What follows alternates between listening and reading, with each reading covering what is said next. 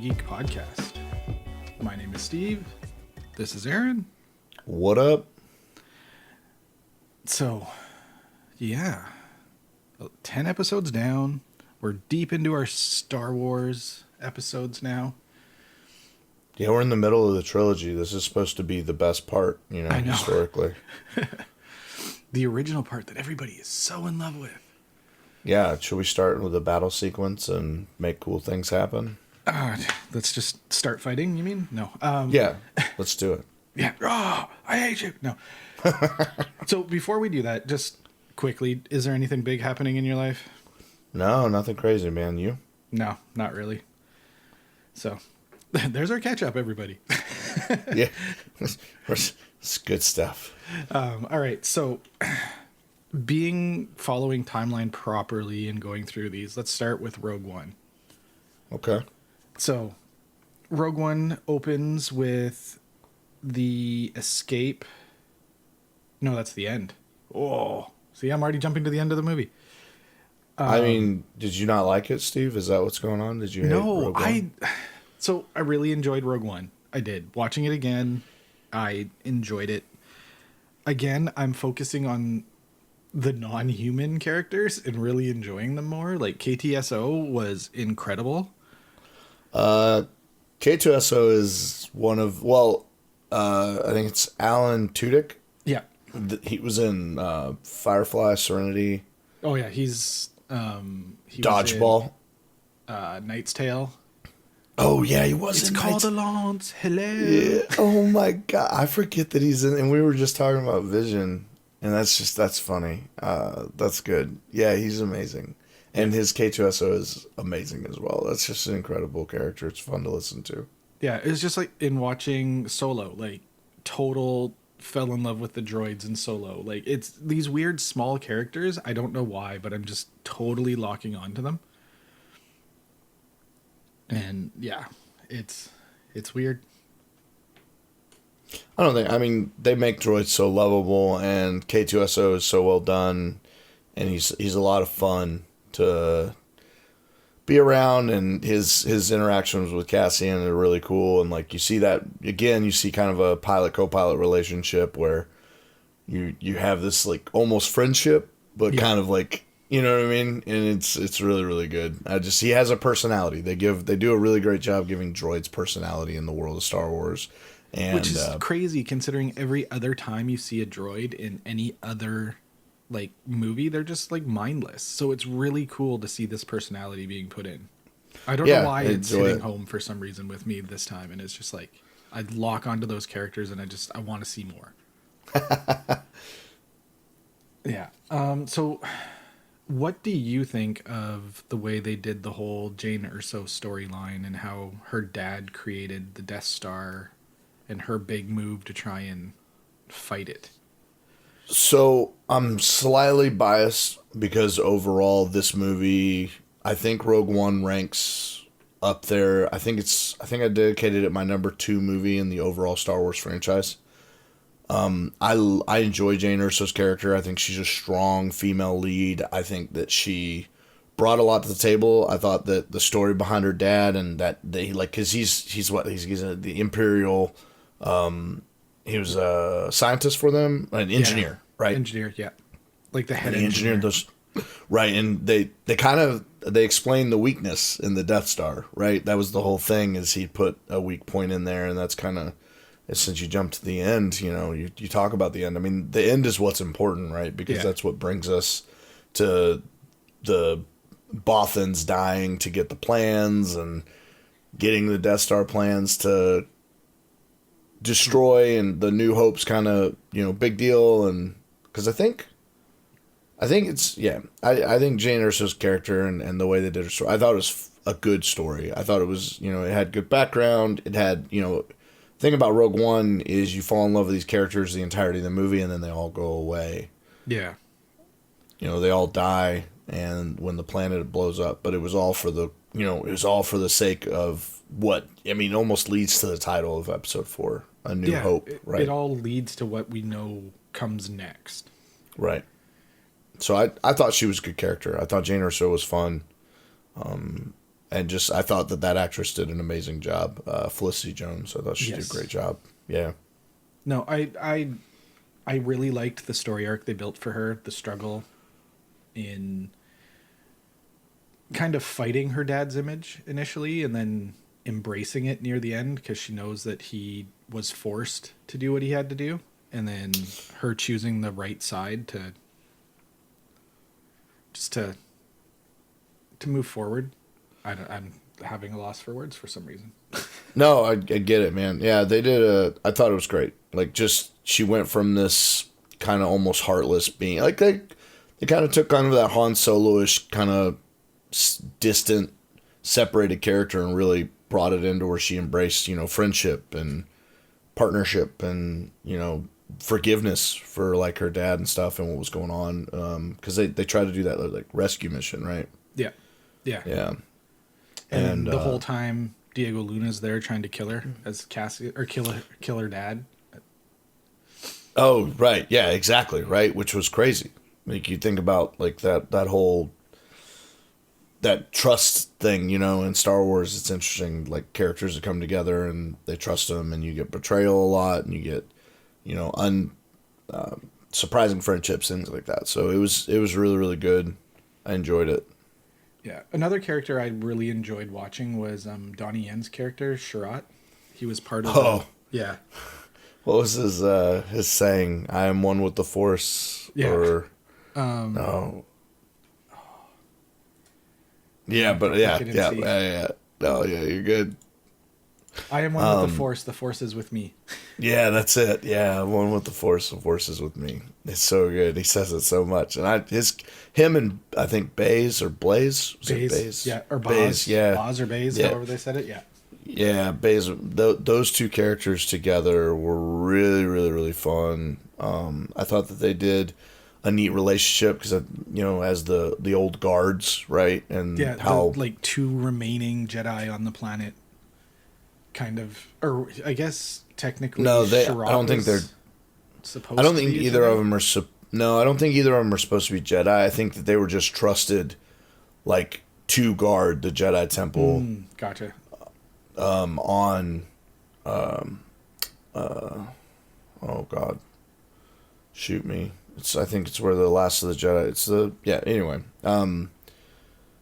Their character interactions and that friendship, that was the big thing, because it seemed like, there was kind of a hardened distance between them, but really they cared for each other, and it was some sad moments. Yeah, when after Donnie Yen's character goes down and then Boz walks in with his gun, the Force is with me. I am one with the Force. Yeah, that was a cool moment, and it was fun, and like that whole scene was just it was heart-wrenching, and it just I don't know, the movie just had a lot of character. It had a lot going on in it that I enjoyed, and I like I said, I think it might be my second favorite Star Wars movie behind Empire. Wow, that is a bold statement for sure. Yeah, and funny because we talk about Empire, so my two favorite Star Wars movies are in this grouping. Yep.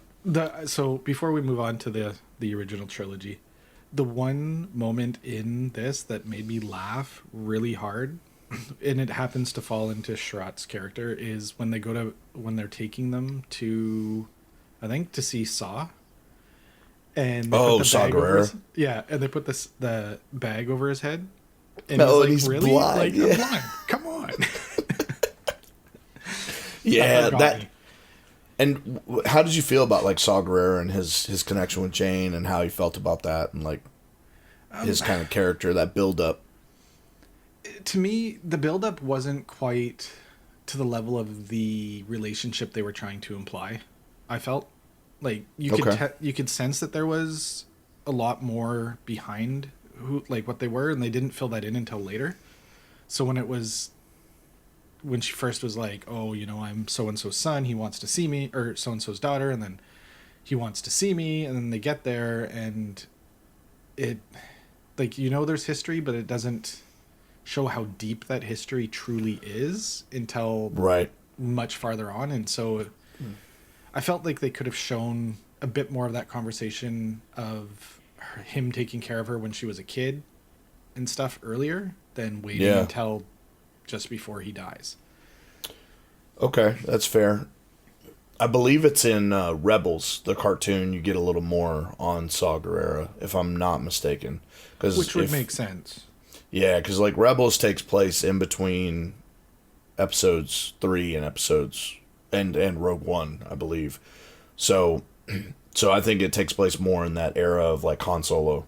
So they're Solo, the story, the Star Wars story Solo. And I think, if I'm not mistaken, I mean I can't honestly remember, but because I haven't watched Rebels in a while, and I haven't looked up exactly when it happens, but it's such a good, like they give you more with Saw Gerrera, I'm pretty sure, in that series, and it's kind of neat to see it. But yeah, definitely his relationship with Jane, and kind of his friendship with her parents, and where he fit into that, and the history you get on it. It was, yeah, I could see where you're coming from. I enjoyed a bit of it, and maybe I was kind of blindsided because I just really enjoyed the movie overall so much, and it's hard for me to see kind of some of the negatives.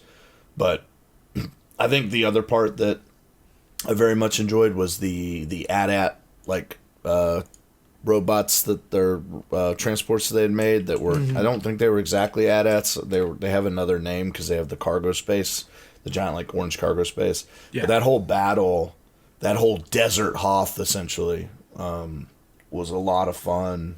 It was neat to see a movie that like reminded me of that, and I mean that's one of the most iconic things that happens in Star Wars is the Battle of Hoth, right? Yes. And that's why Empire, like, one of the, not why, but one of the reasons Empire is such a good movie is it opens with this incredible just a place that you can really enjoy embracing and having fun with, and I very much enjoyed it. So, all right. Yeah. Well, just because I know you want to start getting there to talk about it, let's move on. So, A New Hope,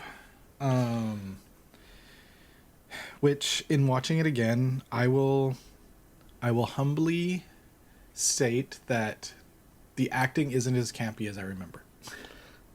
Yeah, it's not that bad. It's just, it's such a boring movie in my opinion. I can't. It was hard to get through. And I get what they're doing. They're building like this character. They're like, it's a lot of trying to do character development, story input into a universe at the time that did not exist. So they're having to teach people from the beginning what the Force is, kind of, what these Jedi are, why they're not around. And the one thing that really pissed me off in watching it again was how the hell did Obi-Wan not recognize R2-D2 and C-3PO?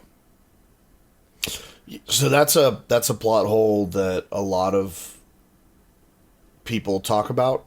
And like, if you think about not recognizing him, sorry to cut you off, but I get the droids not recognizing him, because at the end of, I want to say episode 3, they said erase their memories. Like C-3PO's memory is getting erased for sure, and I'm pretty sure they do R2-D2's as well.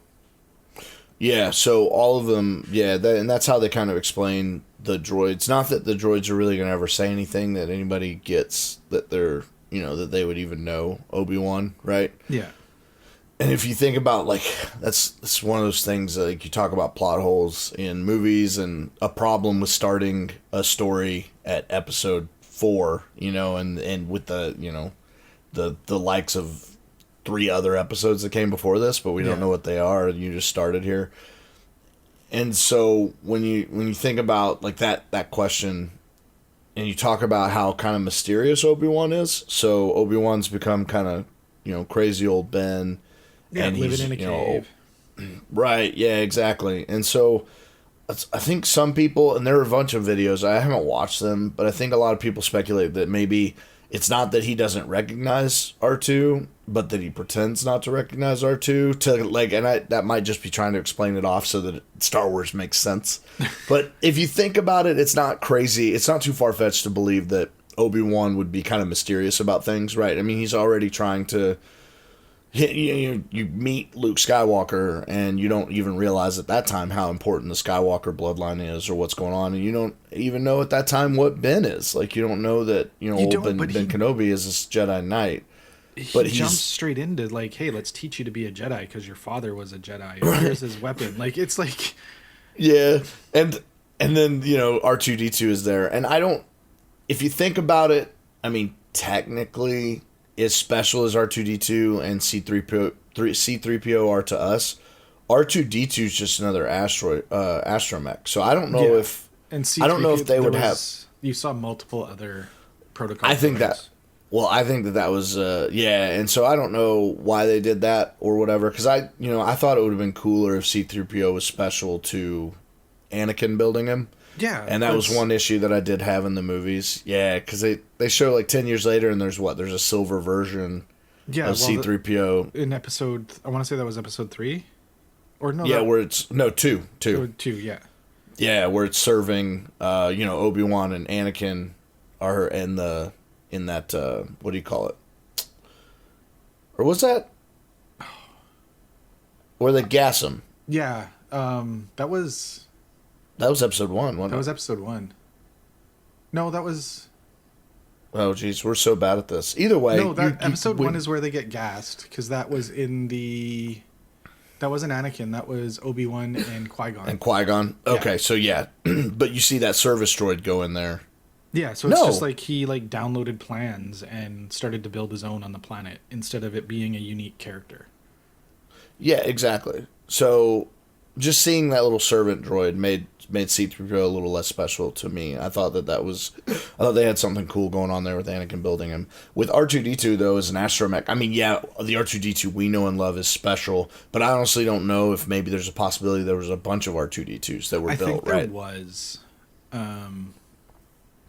So at least there's very similar looking ones, because there was R2-D1, I think, in episode 4, the one that gets when Luke and his uncle are buying the droids from the and Jawas. There's the pink one. Yeah. There's the pink one in the new movies, and that was dedicated to a little girl who died, I think, of cancer. Yes, I want to say that too. That was a special one. So that was built. That they did. The one they even used, that it was actually built for the family, and then the family let them use it in the movie, I think, if I remember correctly, reading that story. Yeah, there's a cool story on it. We'll have that for the next episode, I think, because I think that's an important piece of just where Star Wars has touched people, and people get where they do really neat things for people, and publicity stunt or not, I thought it was special. But either way, astromechs in general all look like R2-D2, just different colors and stuff, right? So, but R2-D2 himself, that model could have multiple versions, so you could go either way. Maybe Obi-Wan was like being mysterious with the unit, or maybe he just assumed it was just a unit delivering that message from Leia. That was just a random unit, yeah. Yeah, and it's hard to slice it multiple ways, right? And how you would think of what the different parts are, or what he would reveal, or it's just a plot hole. You know what I mean? I mean, at some point you just got to accept that no movies are perfect, I guess. And I hate A New Hope. Like hate's a strong word. I don't hate the movie. I just don't. It's not my favorite Star Wars movie. Yeah. It introduces. Yeah. Yeah, part of me. There's things that, again, just because we're watching from the very beginning and watching them in chronological order of time in the movies, there's things where it's like they thought Anakin was too old to teach, but Ben was like, hey, no problem, let's teach you. Like, you're 3 times the age your father was. I don't see any problems with you becoming a Jedi Master. Like, that's different, though. The Jedi Order is gone. The rules are out the window. It just seems like, knowing how bad that went with Anakin and him so they make it seem like because he was older and he had attachments as the reason why he turned evil was pretty much the way that it was. The dark side fed off his attachments and love, and so him having these dreams of her dying during childbirth didn't force him, but gave Palpatine the ability to corrupt him to the dark side by promising him the ability to resurrect her. Steve, what is the name of the movie? It's A New Hope. I know. A New Hope. Okay, Obi-Wan's getting old. The ways of the Jedi are dead. Like, you know what I mean? Like, aside from, and where does ultimately Obi-Wan recognizes that he can't be the one to teach Luke. I know.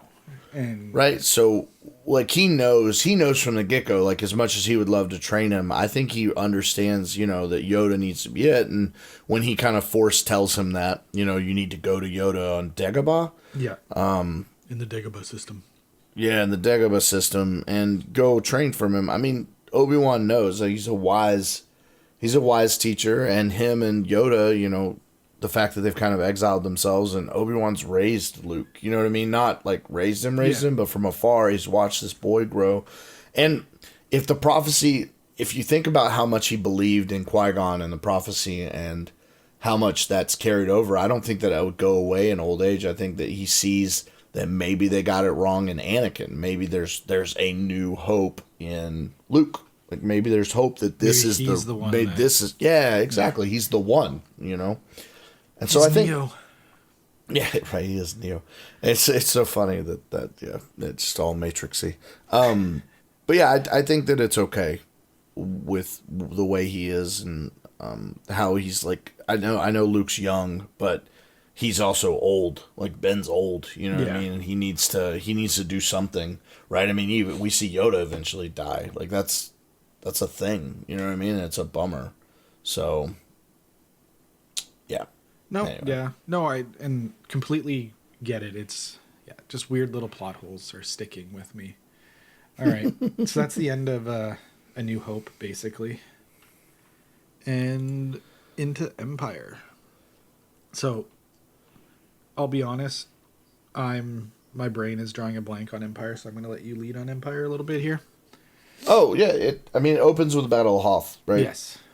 So it opens on this snowy, icy planet. This is where you get to see the Wampa and the Tauntauns and, you know, Luke and Han surviving by cutting open the guts and sleeping inside. Yeah, right. And, like, you see these snow speeders and you see the AT-ATs. I mean, there's so many things that happen on this planet in this battle and characters that you get to see interact and just there's something about it, man. I don't know why, like, as a kid, right? Because we talked about Dagobah, right? So Empire, you see the whole bit, like the Empire strikes back. So they're trying to get a win, right? Because they just blew up the Death Star.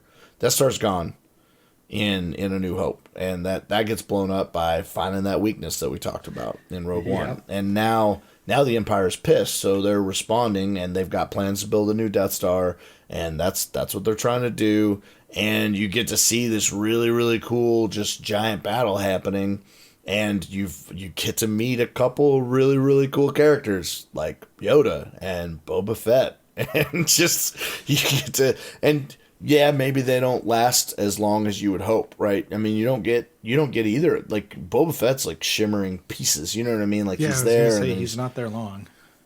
Nope. And then with Yoda, you get a character that is fun, and you know, as a kid, this was like I'm not comparing Yoda to Jar Jar, I swear, but a silly type character. That was done the right. Broken speech, right, exactly. Yes, exactly. Right. And I think I've already stated my point on Jar Jar and how I feel about that character. I think it could have been something great. They just messed it up.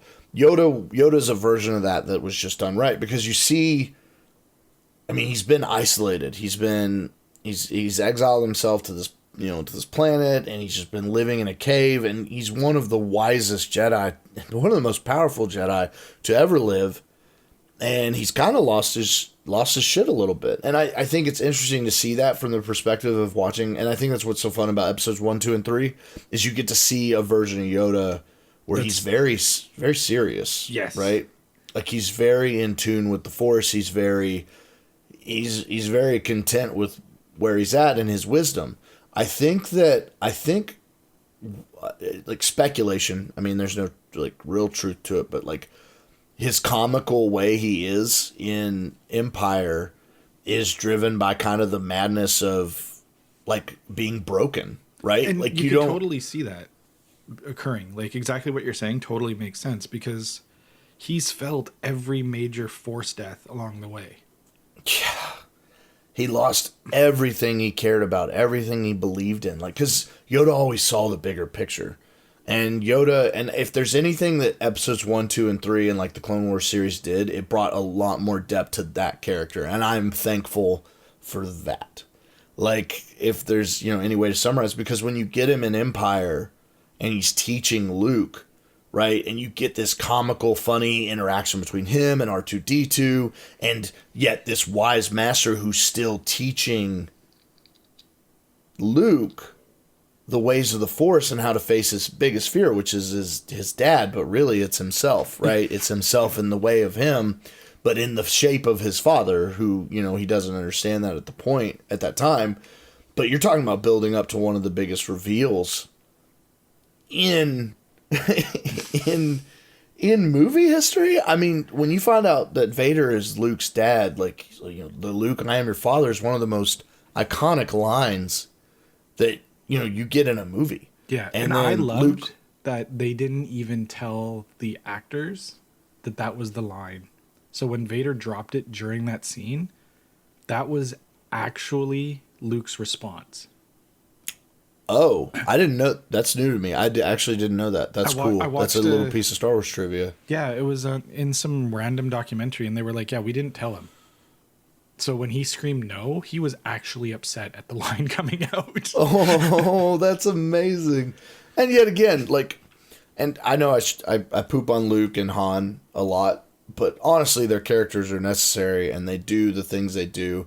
I guess it's just a hate. Honestly, as an adult, they're not that bad, right? I do find Han's Luke very a witty. whiny, though. He is whiny, but I mean, then again, like all the characters make sense. That's what I love about Star Wars in these movies. Is I might find A New Hope a little boring, but it is exciting when they blow up the Death Star, right? And it is exciting to see these characters kind of come together. And Leia's just like she's just a powerhouse in that first movie, and you get to meet Chewie and like all these really neat, interesting characters. And this is all before they started doing all this upgraded graphics crap. Yeah. Like it doesn't bother me too much, but it really doesn't like fit as smoothly as like I liked the original setups. They were just fine. The adding of scenes is more what was getting me in rewatching them, because I was like, I don't remember Han talking to Jabba in episode 4 before they were leaving the planet. Like when I first watched it, I don't remember them ever having that conversation right outside the Millennium Falcon. Are you talking about when he's slithering and Han's talking to him? Yeah. And he's like, you owe me money. And he's like, oh, I know, but I've got this really good charter, and I'm just let me just do this, and then I'll have your money plus percentage. I think that's in the original. I think what they added was Boba Fett walking with him. I'd have to find an original copy and watch, because for some reason I don't remember it. It's very possible it is in there, and I just don't remember it. But that part, I was like, it seemed forced. Like they didn't even need to have it. Like everybody knew the Hutts were this great, powerful mob family.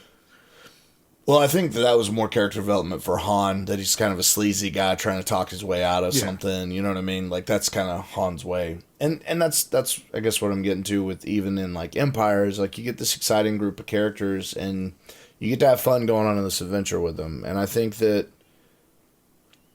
I think that The Empire Strikes Back is a great movie because its character development comes to fruition in like team development, and you get to see more in-depth history of like the Jedi and where they come from, and then just the Battle of Hoth is just this incredible scene, and then you just have fun watching it. Like a lot is happening, and you see some of the most iconic pieces of machinery, and and then Cloud City, right? Oh, you get Lando, right? And Cloud City is one of the best parts. And the whole reason, I love Solo so much is because of Cloud City, right? And it's a part of Empire, so it's one more piece of why Solo's such a fun movie is because you get Cloud City and you get this really kind of cryptic relationship between Han and Lando, and like you want to know more, like you just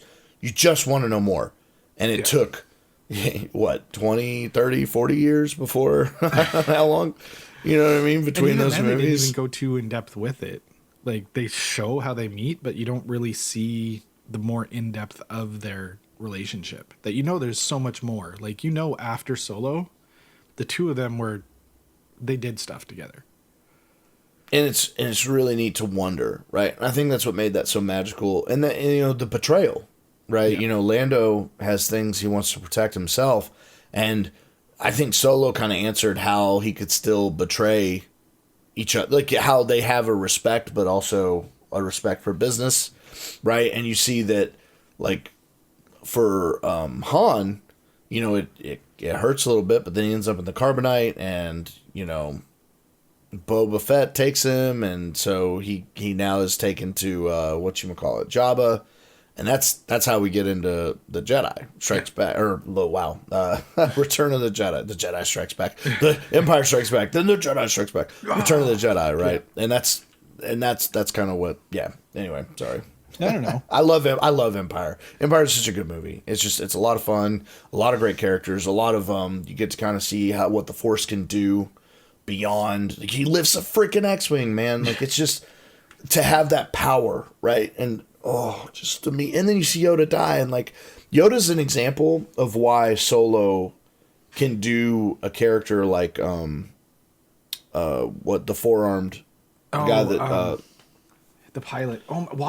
We just talked about that. Dude, it's hard, man. It's hard to keep up with all the names of all the characters, because I mean, you talk about Yoda, and Yoda's an iconic character I've seen throughout many movies, whereas this is a character, but like in that moment, you're in 1980 and you just meet this character, and he doesn't last very long before he's gone. Yeah. Yeah, that's true. It was Rio. Rio was... Rio, yes. Right?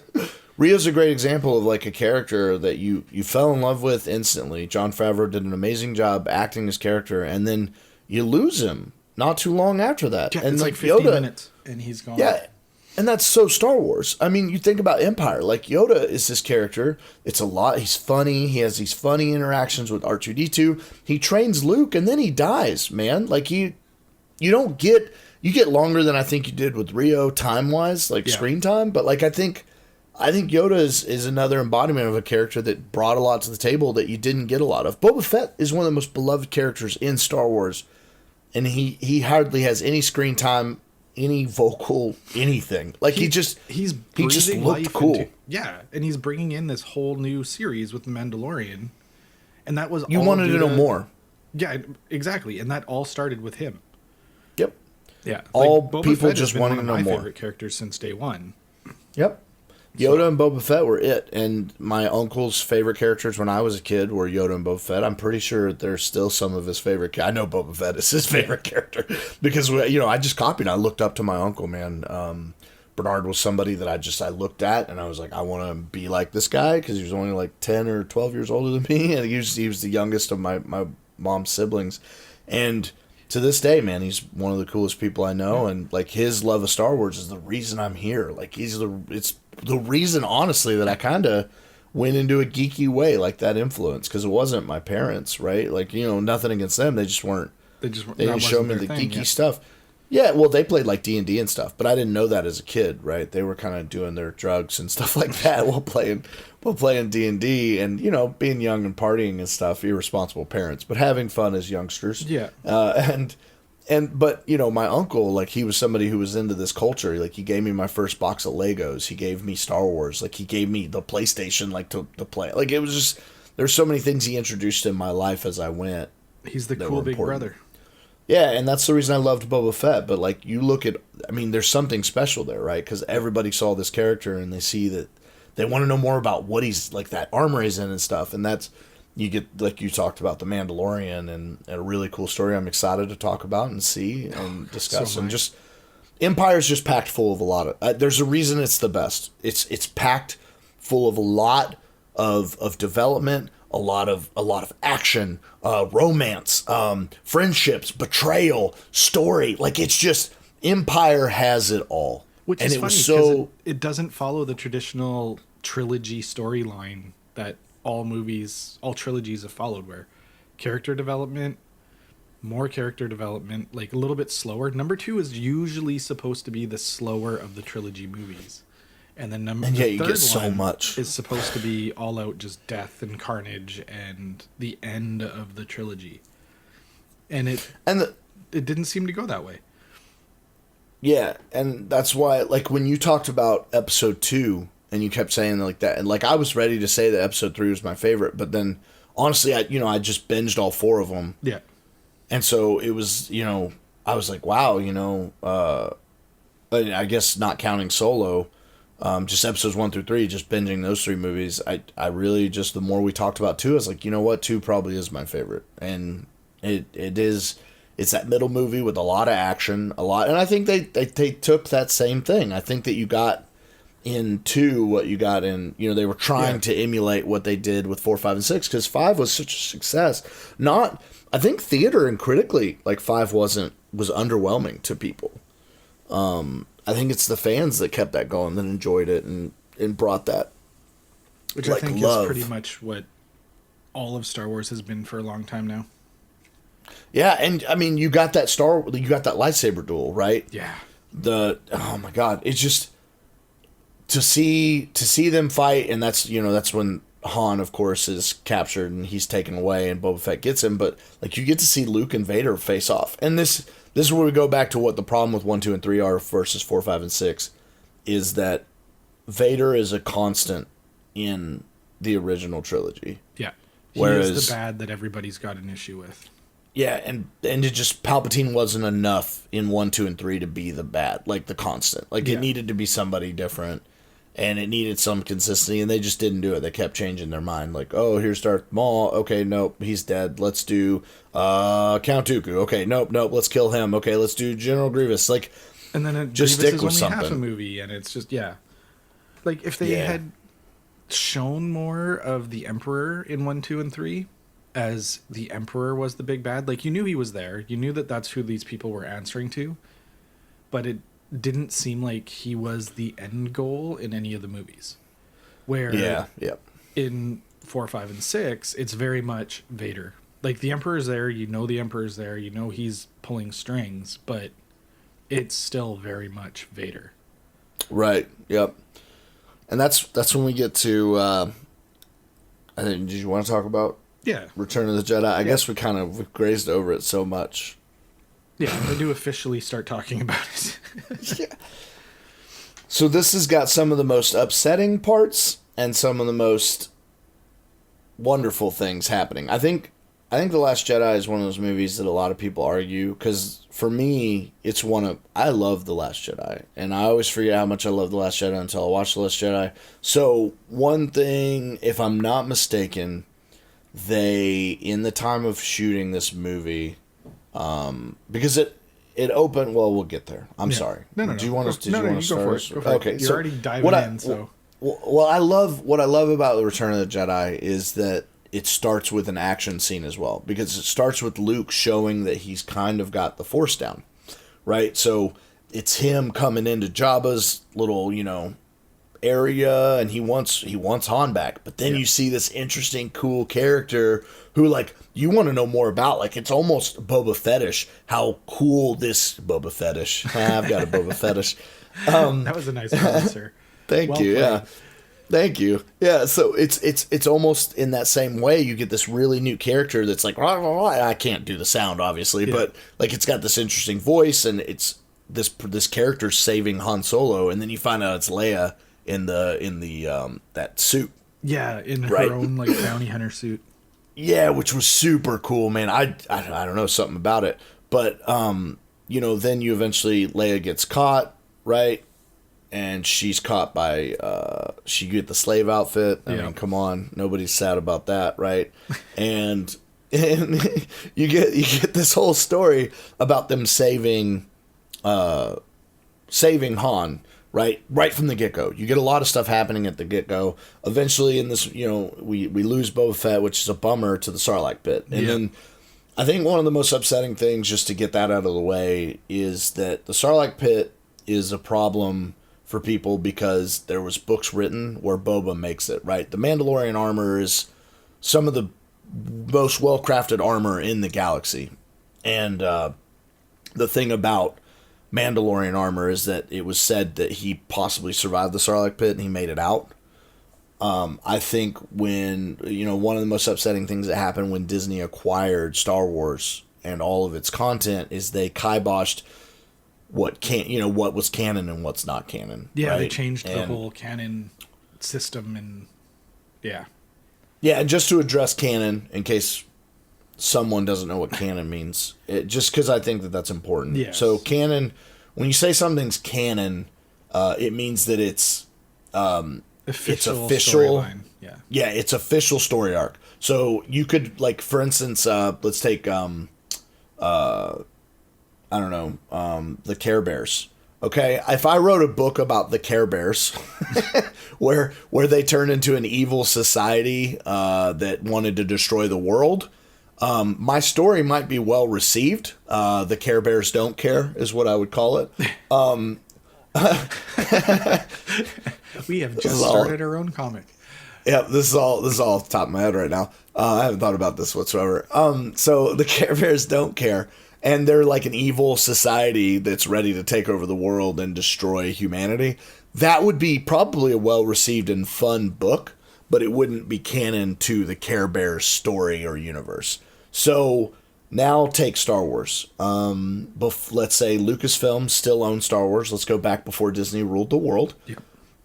And you have this culmination of authors and stories and just this real in-depth discussion pieces of Star Wars and its universe, and way beyond, like Luke and Leia and Han and these characters you've fallen in love with. Because remember, even before episodes 1, 2, and 3, but even after that, just even more stories, all this stuff is developing, and people are writing these amazing books and inventing characters like Admiral Thrawn and talking about more of the Old Republic and like Han and who he marries and their kids, and Luke and who he marries and their kids. Like, think about having those stories and you're in love with these stories, and you talk about like, well, I guess Han marries Leia and but Han and Leia's kids and like what happens there. But like, imagine falling in love with these books and stuff, and then this corporation, Disney, comes in and buys up Star Wars. So originally all those books were considered canon. Basically, Lucasfilms, or George Lucas, gave permission to put a lot of these stories out. So a lot of these stories that people loved were considered canon. So they were considered official Star Wars content, part of the story. As soon as Disney took over, outside of anything that was on movies or TV, so Clone Wars at the time, because Rebels was released under Disney. So Clone Wars, and then all of the movies were officially canon, and they kiboshed like every piece of literature outside of that. So all these characters, comics they included as well. But yeah, pretty much everything outside was gone. And they owned Marvel, and so Marvel was printing up new Star Wars comics. So those new Star Wars comics were considered canon. Yeah. So now Disney people, that was an uproar. So people were very, very upset. And so one of those stories, I swear I haven't lost track of where my thought process is. One of those stories was that Boba Fett makes it out of the Sarlacc pit and he survives. That was considered canon. It was canon that Boba Fett made it out. And it had to do with a lot of the love people had for this bounty hunter. As soon as Disney took over, that book was no longer canon. That storyline's no longer canon. What's really sad, though, too, is they could have incorporated that into episodes 7, 8, 9. Like, they could have. And I don't know what their plans are. I really don't know. And I don't know. I think at one point it was rumored that Disney, or maybe Disney has officially said that Boba Fett survived the Sarlacc pit. Like, just because they want the money. I mean, It's money, right? Why would you not make that character survive? And some characters, like I mentioned Admiral Thrawn specifically, Admiral Thrawn's been made official in Rebels. Like, he is officially canon now. Like, that's a character, and they did a great job with him. If you haven't seen Rebels, Admiral Thrawn, if that's a character you loved, he is in Rebels, and he is amazing. They did a really great job with him. So just that kind of explains canon. So anyway, you see Boba Fett. I'm so sorry. No. I thought that was a good. It's important to tell people what canon are, especially if they're not as geeky as we are when it comes to this stuff. So it's funny. I had to talk about it in my world religions class. It actually came up there about what's canon in religions. Sometimes, like that, it gets brought up. It was funny. We were having that discussion. So, like, you see this battle, and you get to see, Luke do some cool, like, force jumping, and you get to see some neat like interactions. And like I said, again, slave suit Leia. Come on, people, that's like every nerd's iconic. Yeah, it's a nerdgasm iconic moment. And as an adolescent boy watching it, it's an exciting moment. But you got to see the Rancor, right, which is huge in this battle with this giant awesome monster that's iconic. And so all of that stuff's really fun, right? And it's all neat to think about. But then you get to the part people don't like. So I think it's right. And I love the Ewoks. I think they're adorable and fun. My wife, because she's Filipino, absolutely. I don't think she realized it at first, but I was like, you do realize they're talking Tagalog, which is one of the Filipino languages. And no way. I didn't know that. half of the Ewoks are actually Filipino actors. And so when they're out there actually like running around, they're actually talking Tagalog. So she sits there and giggles because she can understand what they're saying. And it's like the most random, stupid stuff. Like, it's not actual like lines, but yeah. It's not dialogue. Like it's not officially like, it's them just yammering on, basically. Yeah, it'll be like, oh, can you believe what that guy's doing over there? Like, oh, that's so dumb. And it's just oh my but it sounds like they're supposed to be talking about completely other stuff. I think there's actually a video where somebody translated it too. I'll try and find it, and if I can find it, I'll put it in the show notes for everybody. But yeah, it is golden when they start talking Tagalog when you're with a Filipino person. Yeah, that's so good. I just want to come watch it with your wife telling me everything the Ewoks say. Like, that's all I want to watch it for. I just want her to tell me everything they're saying as they're saying it, because that's funny. I didn't know that. And that's the big problem. A lot of people don't like the Ewoks. I don't know why people, well, I know why people don't. They have a problem with the Ewoks, same reason people had problems with like Gungans and Jabba. Yeah. Or no, Jabba, wow. Jar Jar. But I didn't think it's exactly the same. Because it's like this very big forest planet on Endor. And I think it's Endor. Anyway, I'm pretty sure it's Endor. Yeah. And so you get to see the stormtroopers on those speeders. You get the ATSTs, which are the two-leggers, and you get to see those cool things. And you get to see kind of a heroic moment. And I get that it's silly because originally I think the plan that George Lucas wanted, and it was too big, is they wanted to do that battle on Kashyyyk, which is the home planet of Chewbacca. So it's the home planet of the Wookiees. Yeah, the Wookiees. And there was something about like production costs that prevented Kashyyyk from being the place, so they instead went to Endor, where it was now these little tiny fuzzy bears. And I don't know how true it is, but apparently it was a lot cheaper to hire little people, and possibly, like you're saying, a bunch of Filipinos who, I think Filipinos overall are on average height shorter, right? Yeah. Yeah, so I think that might have been what they were going for. And I hate to say those are the times, right? But things were a little different back then. Everything wasn't quite fair. And I think they took advantage of that to minimize costs for the completion of the Star Wars series. Yeah, but if you look, I can see that too, because, I mean, just think about the suit that they had to make for Chewbacca and then the actor in it. Like, that suit's not cheap. No, not at all. And so it was just easier to do these cute little fuzzy bears, right? Which make great stuffed animals for your kids. Argue what you want to compare. Ewoks, honestly. Yep, as did I. I thought they were great, and I love the Return of the Jedi. I keep saying Last Jedi. I love the Return of the Jedi. I think it's a good movie. I thought it was fun. You get the love with Leia and Han. You get Lando redeems himself, and he comes back as a friend. And they're all bike races or fights. Right. Like why would you drive a speeder bike through a giant forest? Like why would you do that? Like, and I think that was all the redwoods in California. Where they shot that. Yeah, I think so. And it's like I just so much about that movie's fun, and I think Return of the Jedi is a great movie. I think it's full of a lot of action and finality. You get the redemption of Darth Vader, who helps his son defeat the Emperor, and like you talk about Palpatine's powerful. Oh yeah. So, right, and they're in the construction of the new Death Star, and like all this really, really just cool stuff. I think it's a fun movie, and I think that it's good versus evil, and it's triumph over that, and the rebellion, a bunch of terrorists trying to take down a civilized empire, a bunch of terrorist rebel groups trying to take down these poor innocent empire people. You know what I mean? It's funny because they totally changed the way that whole thing was. It's like, yeah, they were the evil empire, but it was like they were like the civilized people, and then it's all these terrorist groups. But then when you bring in 1, 2, and 3, it's like the complete opposite, where the empire was the terrorist group infiltrating this great democracy to take over and doing all these terrorist actions. That's actually a really cool dynamic to see change.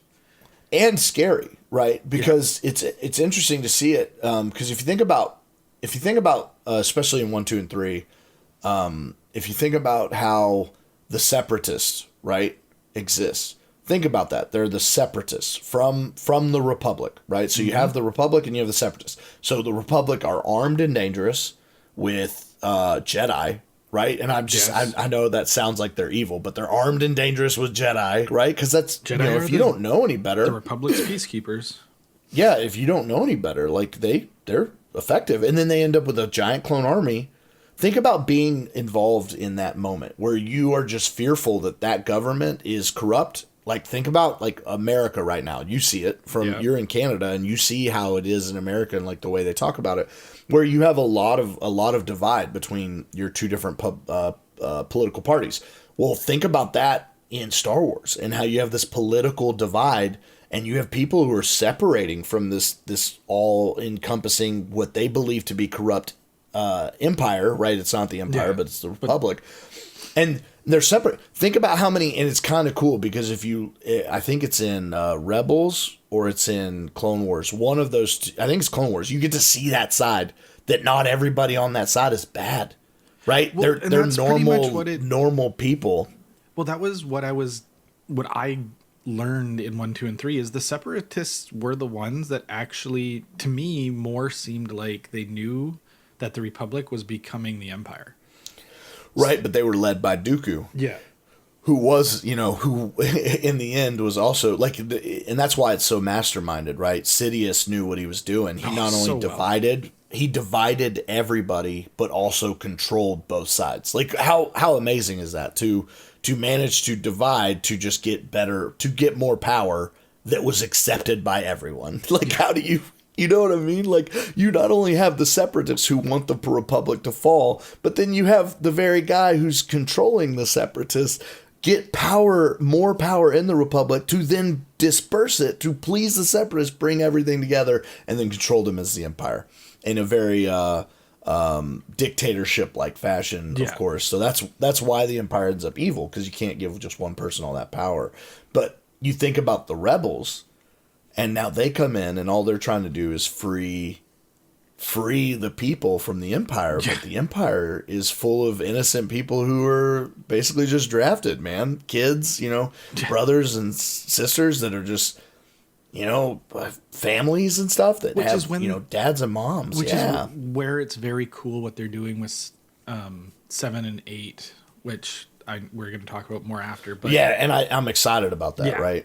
Because they go more into, like, a stormtrooper isn't just this random clone that's mindless doing whatever. Like, there's actual people in those suits.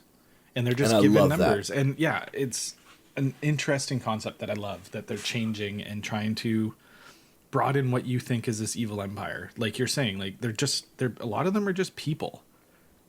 And I find it amazing that you mentioned that, because, so one of the cool things in 1, 2, and 3...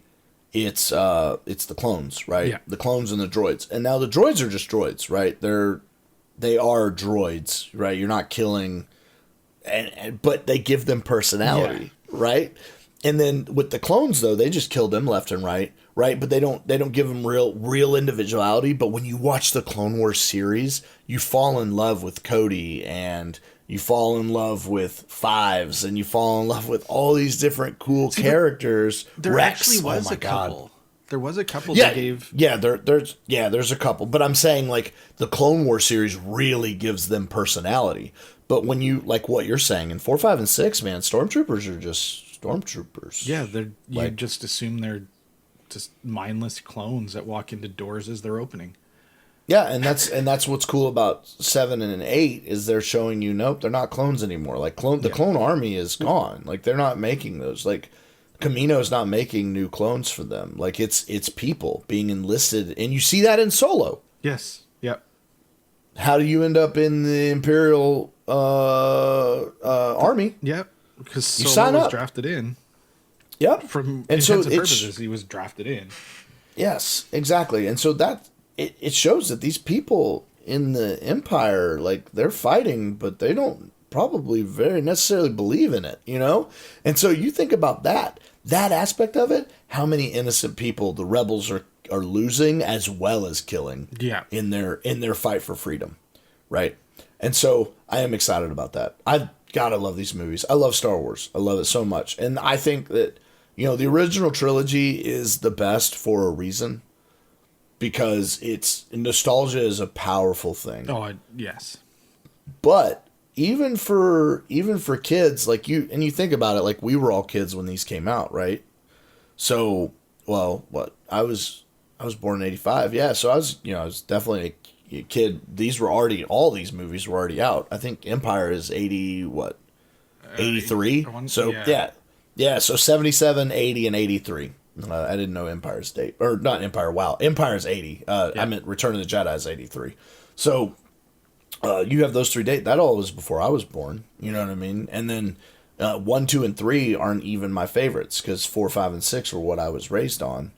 And 1, 2, and 3 I didn't really like all that much. Like there was things I didn't like as much as 4, 5, and 6. But as I've gotten older, you know, and as we discussed before, rewatching them's good. I love that rewatching them is. I've seen so much more in it. Like I'm falling in love with these little characters that I didn't expect to enjoy, and it's because you're watching it from a different standpoint, man. You're watching it in a way that like brings focus to like different little tidbits, and you're having fun with it. I love the Return of the Jedi poster because it's Leia in the slave suit. Like I'm just looking at a picture of it right now, and I'm like, they really sold it. They're like, you know, and it's just It's, so speaking about the slave suit, that was actually one of the things I didn't like about 1, 2, and 3 was when they showed the Hutts, he had people already in those suits. It just, I know they were just basically saying that it wasn't special that she was in it. Like all of his female slaves were put into these suits, but it just right. I felt like they didn't need to do that. He was disgusting. God, Jabba's nasty. Oh, it's so gross. Big slug. Yeah, giant slug. And that's the other thing about Clone Wars. I know I bring it up all the time, but they do a lot more into the Hutt family. It's really cool. You get to see more of the Hutts. Yeah, and I will watch Clone Wars. It's going to be probably my fall watching, because I'm going to have to watch it all before. Well, yeah, because you have to wait till Disney Plus. Yeah. Well, I think I could probably find some of them now, but it's... Yeah, no, I'm going to wait. Probably, because Disney Plus comes out, it's going to have all of them. So I'll watch it on Disney Plus, and then by that time I should be done by the time they release the new season in the spring. So I'll be all caught up, and then we can have a really big talk about Clone Wars. Heck yeah. I'm excited about that. Same. All right, so we've been talking for almost an hour, so we should probably be coming to an end. Look at us go. I know, we're getting better at our timing. Slowly. I'm proud of us already.